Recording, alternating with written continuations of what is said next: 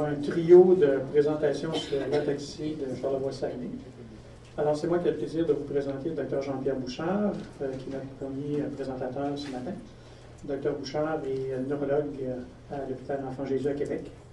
C'est un des fondateurs de la neurogénétique au Québec, avec le Dr André Barbeau.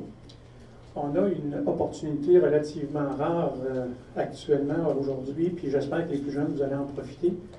C'est d'avoir une conférence de celui qui a lui-même décrit la maladie dont on va parler aujourd'hui, l'ataxie de Charlevoix-Saguenay. Alors, 30 ans plus tard, c'est vraiment une opportunité exceptionnelle qu'on a d'avoir encore avec nous le Dr Bouchard. Merci Jean-Pierre, par la voix.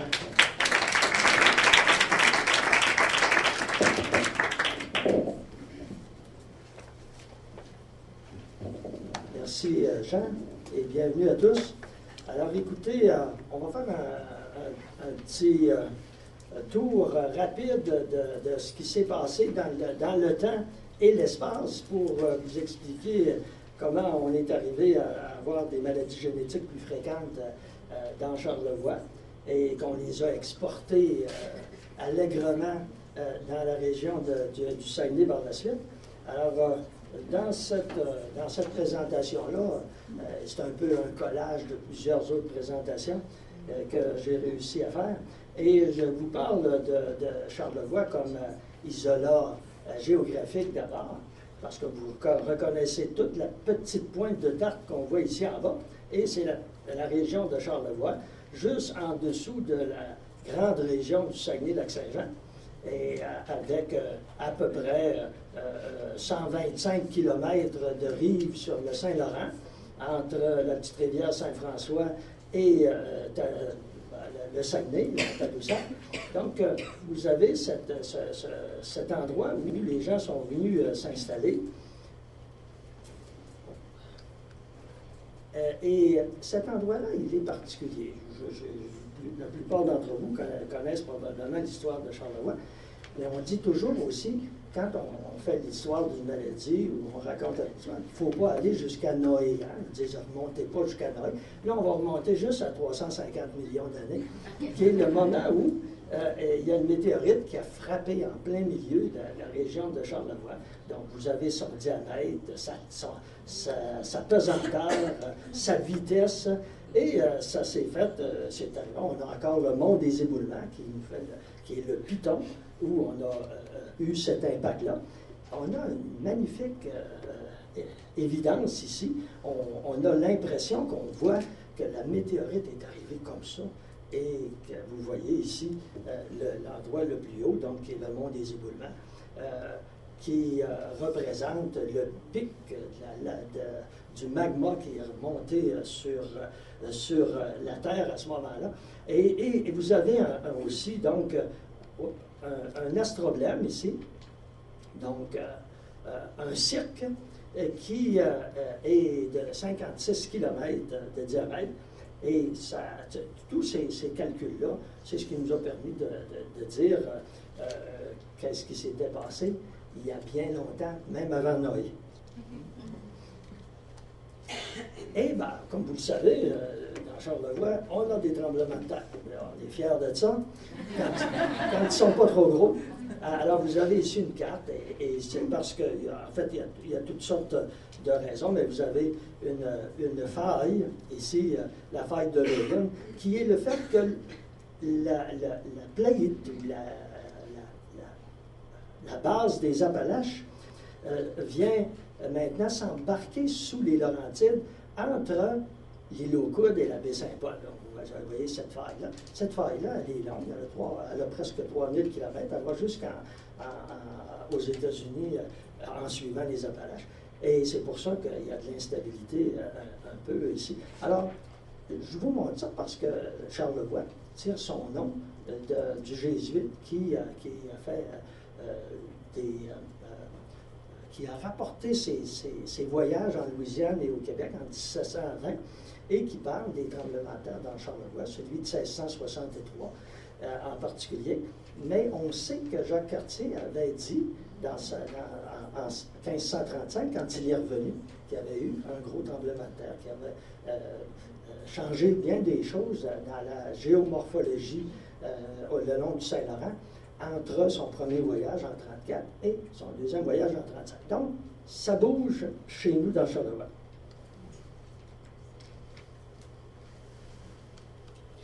Alors ça, ce que je vous montre ici, c'est une photo qui est prise sur un terrain que j'ai acheté sur le Cap au Corbeau, qui fait partie du groupe des éboulements. Et vous voyez donc ici les choses les plus importantes à noter, c'est que le fleuve, il n'est pas facile.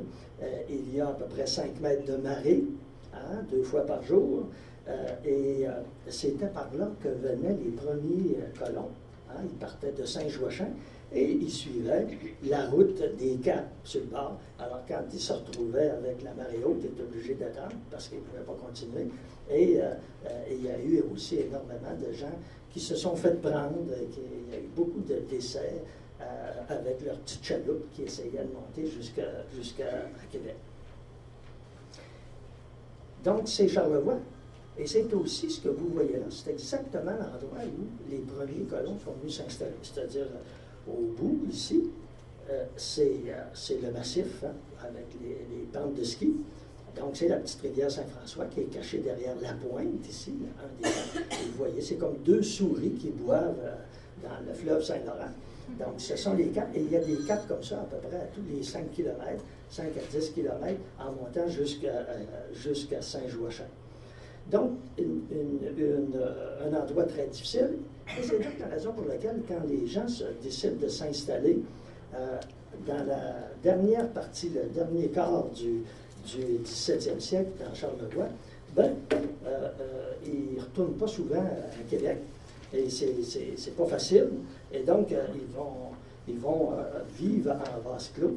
Et ça va devenir, cet isolat géographique-là, va devenir un isolat génétique. Alors, Monseigneur de Laval achète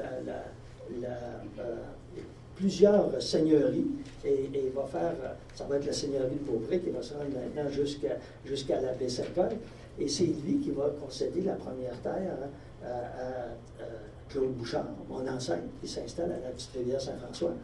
Et par la suite, les autres qui vont recevoir des concessions, c'est des gens que la plupart d'entre vous connaissaient bien. Noël Simard et Pierre Tremblay, donc les grands-parents de la société québécoise, dont les patronymes restent encore extrêmement présents de nos jours dans Charlevoix et au Saguenay. Alors, qu'est-ce qui se passe? Les premiers fondateurs. Alors, un fondateur, là, dans cette... vous savez, je n'ai rien inventé là-dedans. Là. Il y a des gens qui ont travaillé beaucoup.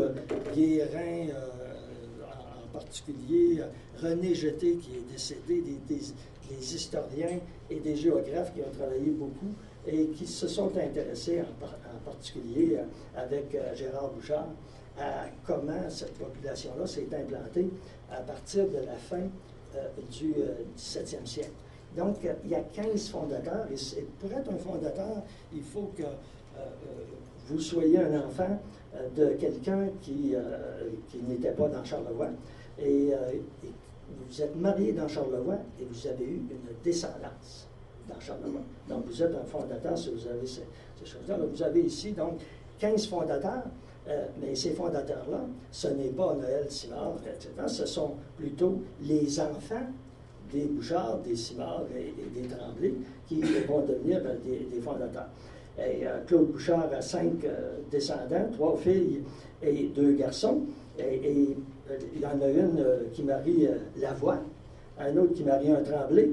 Les 3 autres marient des Simard. Donc, on se retrouve avec déjà une densification, si vous voulez, au niveau des gènes, parce qu'ils vont continuer pendant plusieurs années à avoir des descendants qui vont de près ou de loin avoir le même background.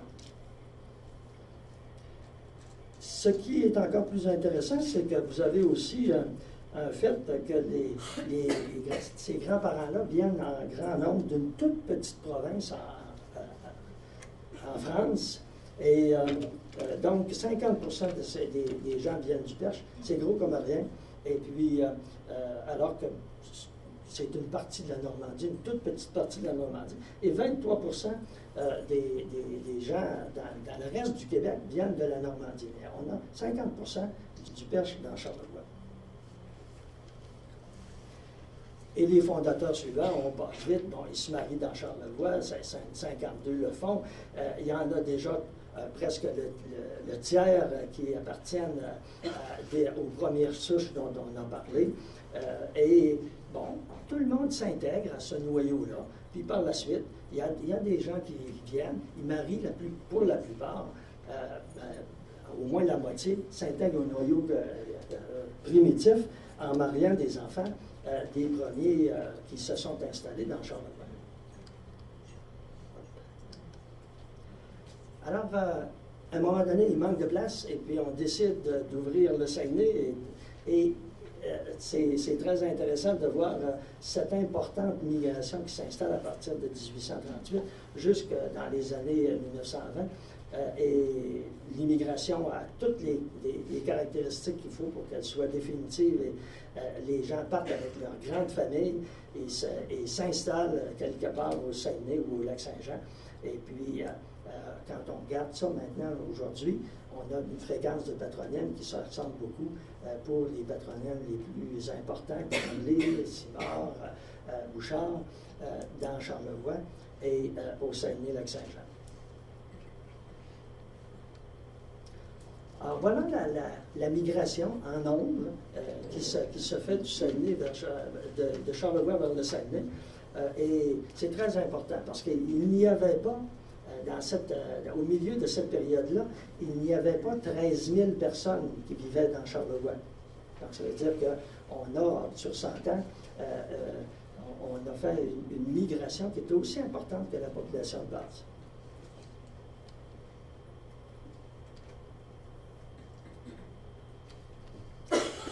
Et ça, c'est tiré des nombreux bouquins qui nous parlent de cette migration.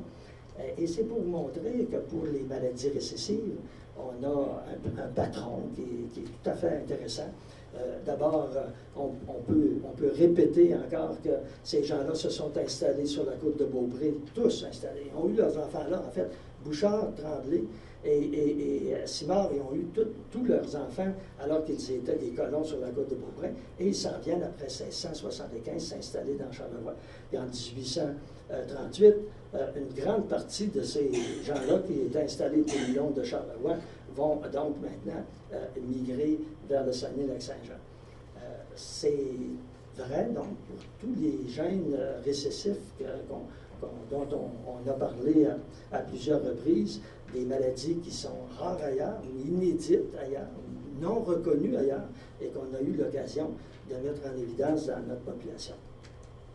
Alors, juste rapidement, les maladies récessives qu'on rencontre plus fréquemment dans Charlevoix et au Saguenay-Lac-Saint-Jean, la taxispastique, la polyneuropathie avec agénésie du corps calleux, l'encéphalopathie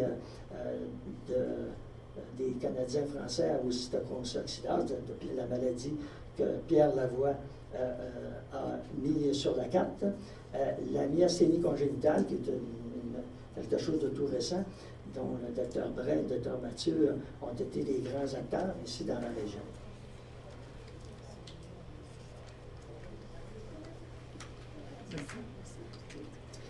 Et bon, il y a d'autres. Il n'y a pas juste des maladies. Évidemment, vous avez vu, là, moi je parle des maladies neurogénétiques, la tyrosinémie, les autres maladies, la fibrose kystique, etc., peuvent avoir aussi des fréquences plus élevées dans notre Charlevoix et au Saguenay-Lac-Saint-Jean. Il y a aussi une seule famille, mais c'est parce que c'est rare, la dystrophie musculaire d'Emery-Dreyfus dans Charlevoix. L'incidence de la myotonie la dystrophie myotonique de Steiner est la même, surtout dans Charlevoix-Est, où la densité est plus importante, l'incidence est plus importante qu'au Saguenay-Lac-Saint-Jean. Et la dystrophie oculopharyngée est aussi présente.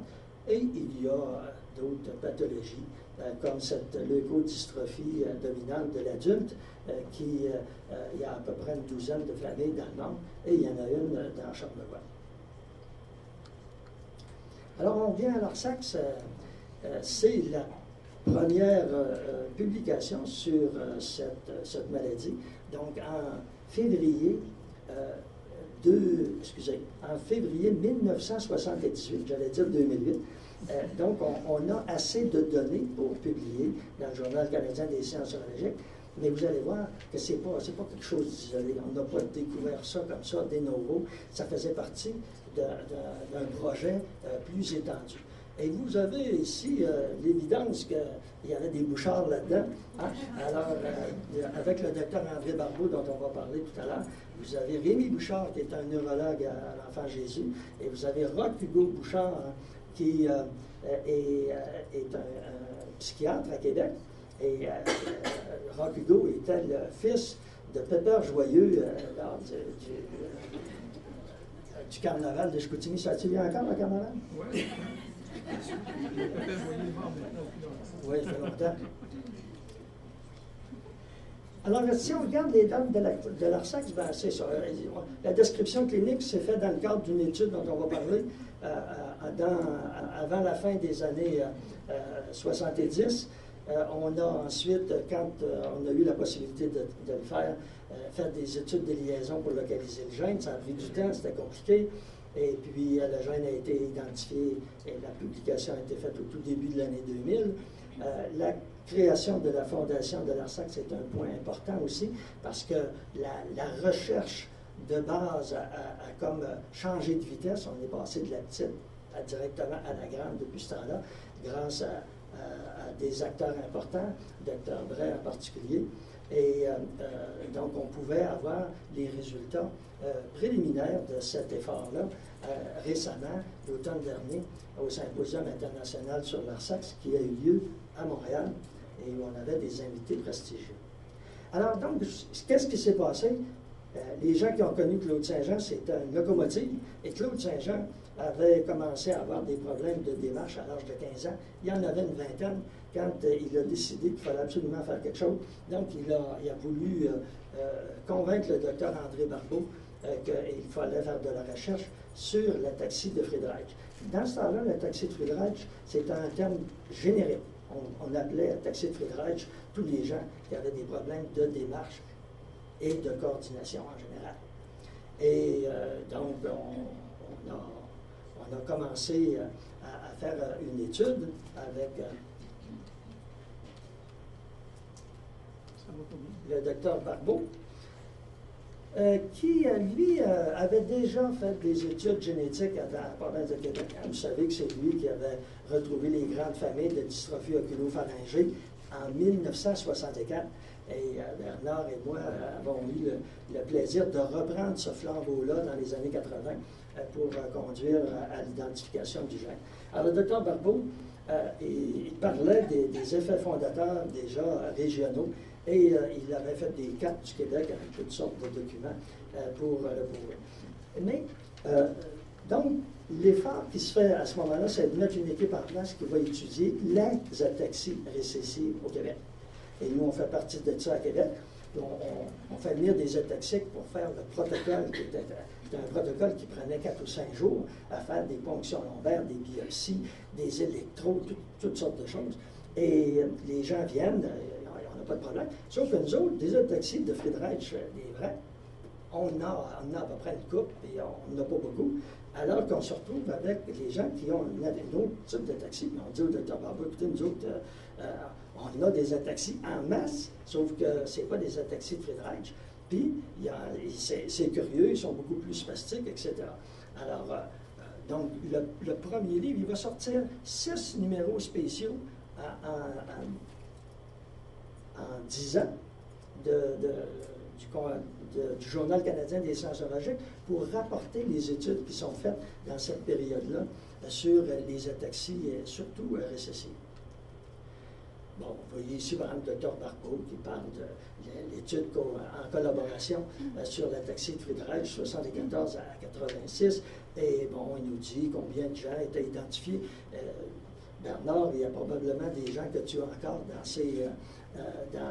ce groupe-là, parce que le Dr. Barbeau, il y avait toutes sortes de choses. Mais vous voyez que déjà, la deuxième ataxie la plus fréquente, récessive, c'est l'ataxie de Charlevoix-Saguenay. On l'a reconnu dans le contexte québécois. Fait qu'il n'y avait pas d'ordinateur dans le temps. Ici, vous voyez un document fait à la main. Et l'écriture, c'est la mienne, elle n'est pas belle. Et vous voyez donc que les gens sont venus et ils ont passé, les gens, là, tous ces tests-là. Ça, c'est des biopsies musculaires, nerveuses, des électromyogrammes, des électronystagmogrammes, des ponctions lombaires, des tests biochimiques, etc. Et ça, c'était pas uniquement comme ça. Tous les ataxiques qui allaient à Montréal ou à Sherbrooke, on faisait le même protocole. Et il y en a qui étaient braves. Ils sont venus 5 ans plus tard, et ont passé à peu près la même batterie avec des choses un petit peu nouvelles à ce moment-là, parce que là, on avait acquis, par exemple, une tomographie axiale. Avant ça, on n'en avait pas. Donc, vous voyez qu'on a refait ça. Et il y en a qui sont venus plusieurs fois pour des contrôles. Mais déjà, on avait saisi l'histoire clinique de la maladie. Et quand on regarde, pourquoi on appelait ça l'ataxie spastique, c'est que d'abord, il y avait de la spasticité et il y avait de l'ataxie, ça va de soi. Mais ce n'est pas un terme qui était utilisé dans ce temps-là. Il faut reculer à Bell et Carmichael en 1939, qui ont fait une énorme étude sur les dystrophies musculaires et les autres maladies génétiques, et qui vont, eux autres, montrer justement qu'il y a des pathologies qui sont récessives, et elles commencent très tôt dans la vie, comme on a avec l'ataxie spastique. Et il y a des pathologies qui sont dominantes, et ce sont donc des ataxies spastiques, dans les deux cas, dominantes, récessives. Alors nous, c'est pour ça qu'on a appelé ça l'autosomal recessive spastique ataxia de Charlevoix-Saguenay. C'était parce qu'on trouvait qu'on cadrait mieux avec ce type de pathologie-là décrit en 1939. Alors, on a donc continué à faire des cahiers. Ceux-ci, c'est ceux où il y a au moins une demi-douzaine d'articles qui concernent l'ataxie de Charlevoix-Saguenay en 78 et 79. En tout, là, cette étude-là dont je vous parle, qui est important de savoir que ça ne se fait pas tout seul, les recherches, c'est un groupe de recherche où vous voyez le nombre d'institutions et de collaborateurs qui étaient dans l'étude en collaboration sur l'ataxie de Friedreich. Ça comprenait des collaborateurs de plusieurs pays. Et on avait, après cette période-là, fait 148 publications qui étaient reliées de près ou de loin aux ataxies héréditaires, surtout au Québec. Alors, vous avez quelques diapositives en anglais parce que je n'ai pas eu le temps de les changer. C'est relativement simple. Quand on a compris le tableau complet, ça commence quand on commence à marcher. Hein? Donc, les enfants, la plupart du temps, on ne les voit pas à moins qu'il y ait déjà d'autres enfants dans la famille qui l'avaient avant et qu'on remarque des petits signes comme, par exemple, la poursuite oculaire, etc. Mais ça veut dire que dès que les gens commencent à marcher, ou bien ils vont commencer un petit peu plus tard, ou ils vont faire des chutes fréquentes. Et ça, c'est là au départ. Puis ça va tranquillement, pas vite, évoluer sur une quarantaine d'années, finalement. Ils vont devenir de plus en plus spastiques au niveau des membres. Le langage va devenir de plus en plus lent et dysrythmique. On va avoir avec le temps une atrophie musculaire qui s'installe distalement aux 4 membres, et ça, c'est le fait de l'atteinte des nerfs périphériques. Et de la même façon, on va perdre certains des réflexes qui étaient vifs auparavant, pour la même raison. Et ça, c'était les choses qui progressent. Quand on regarde, par ailleurs, il y a des choses qui ne progresseront pas. On aura toujours, par exemple, les mouvements anormaux au niveau des yeux. On verra toujours au fond d'œil des anomalies qui sont assez typiques, puisqu'elles ne sont pas décrites dans une seule autre maladie dans le monde comme on le fait nous. Et on peut avoir, par exemple, des tests diagnostiques qui nous aident aujourd'hui, la tomographie axiale ou la résonance magnétique, qui vont nous montrer les anomalies au niveau du cervelet, mais aussi de la moelle épinière. Hein. La moelle épinière d'un ataxie spastique, c'est comme la moelle épinière d'une paraparésie spastique, d'une autre maladie. familiale, surtout dominante, et la plupart du temps, elle est plus petite que la moitié du volume actuel de la moelle épinière.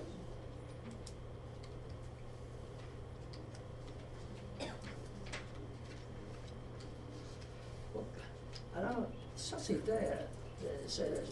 Bernard, tu n'as pas connu, toi, les pneumoencéphalogrammes, je pense, hein? Tu es trop jeune. Mais, alors, on faisait, pour voir les structures, en particulier du cervelet, l'injection d'air par une ponction lombaire, et on pouvait voir, par exemple, comme ici, qu'il y avait une atrophie importante au niveau de la partie antérieure et supérieure du cervelet.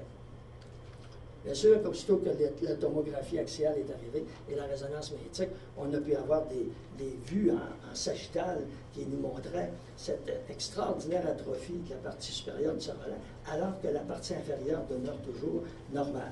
On peut déjà voir ici que, même si le tronc cérébral est normal, hein, avec la protubérance annulaire ici, à partir de cette, on ne voit pas très bien, là, mais dans les premiers segments de la moelle cervicale, on peut voir l'atrophie chez les gens à peu près de n'importe quel âge. Bon, on a parlé beaucoup des problèmes hier, on a parlé des problèmes cognitifs dans une des présentations des gens qui ont l'ARSAX, chez les jeunes.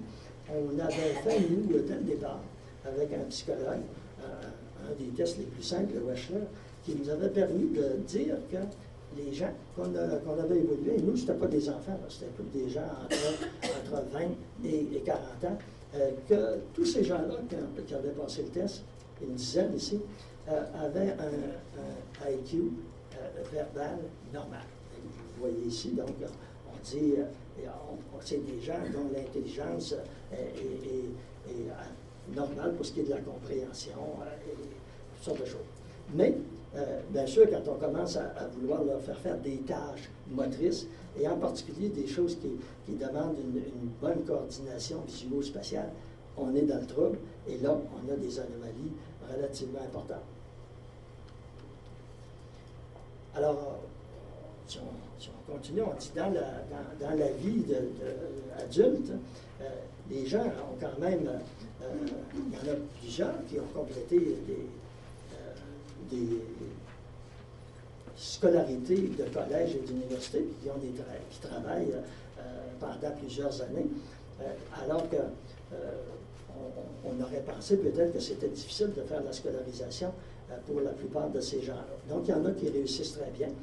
Et quand on refait les tests chez les mêmes personnes entre l'enfance, l'adolescence et l'âge adulte, on s'aperçoit que c'est surtout sur les tâches visio-spatiales que les gens se détériorent avec le temps. Ce n'est pas normal au départ, puis ça se détériore avec le temps.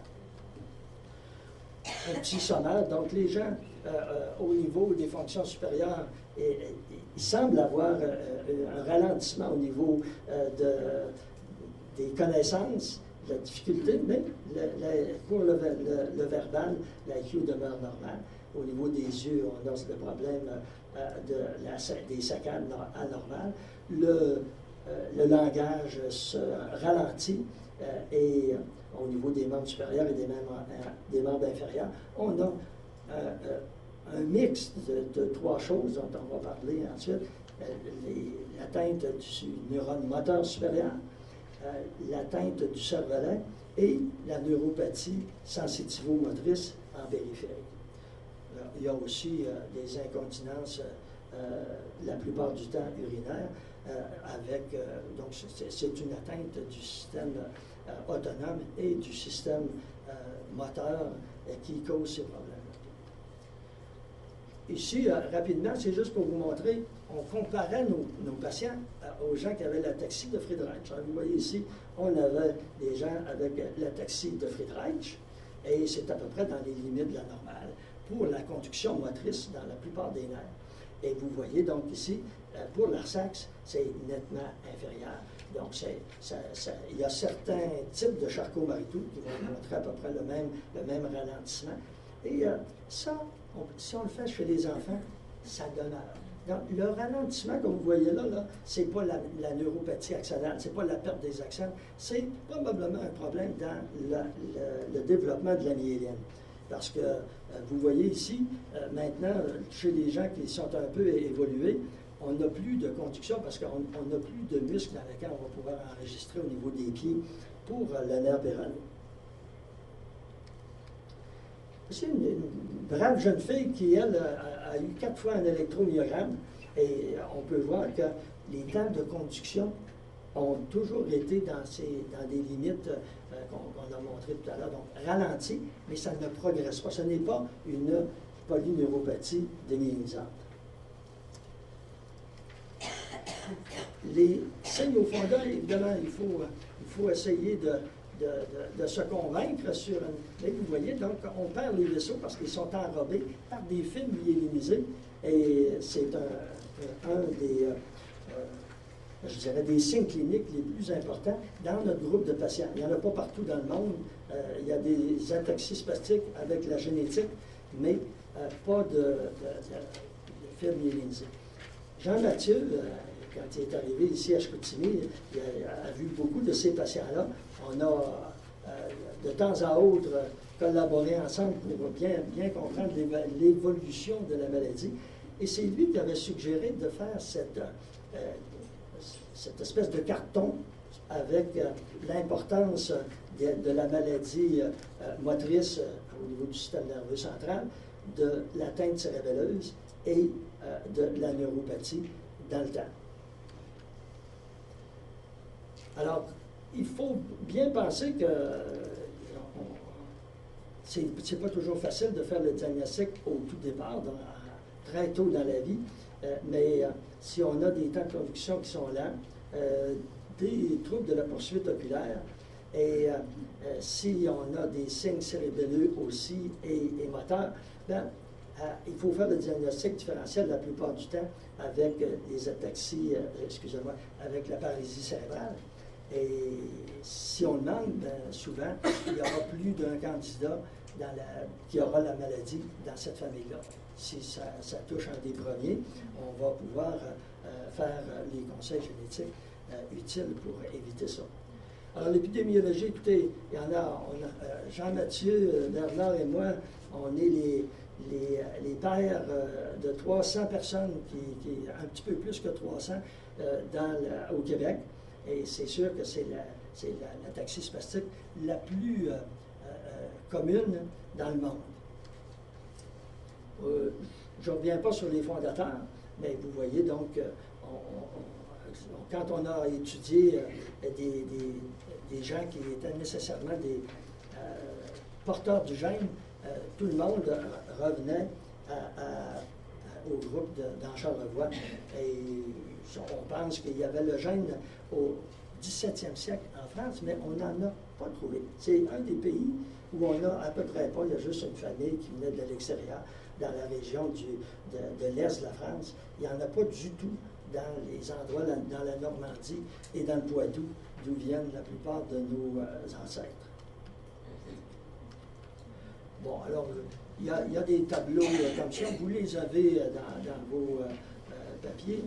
Ça c'est un tableau qu'on a fait en 91 et on n'a pas d'autres données actuellement pour dire d'autres choses là-dessus. Alors, la fertilité, oui, les hommes ne se marient pas beaucoup, les femmes ont quand même des enfants, une quarantaine, les enfants sont normaux, mais ils sont porteurs d'un gène comme leurs parents.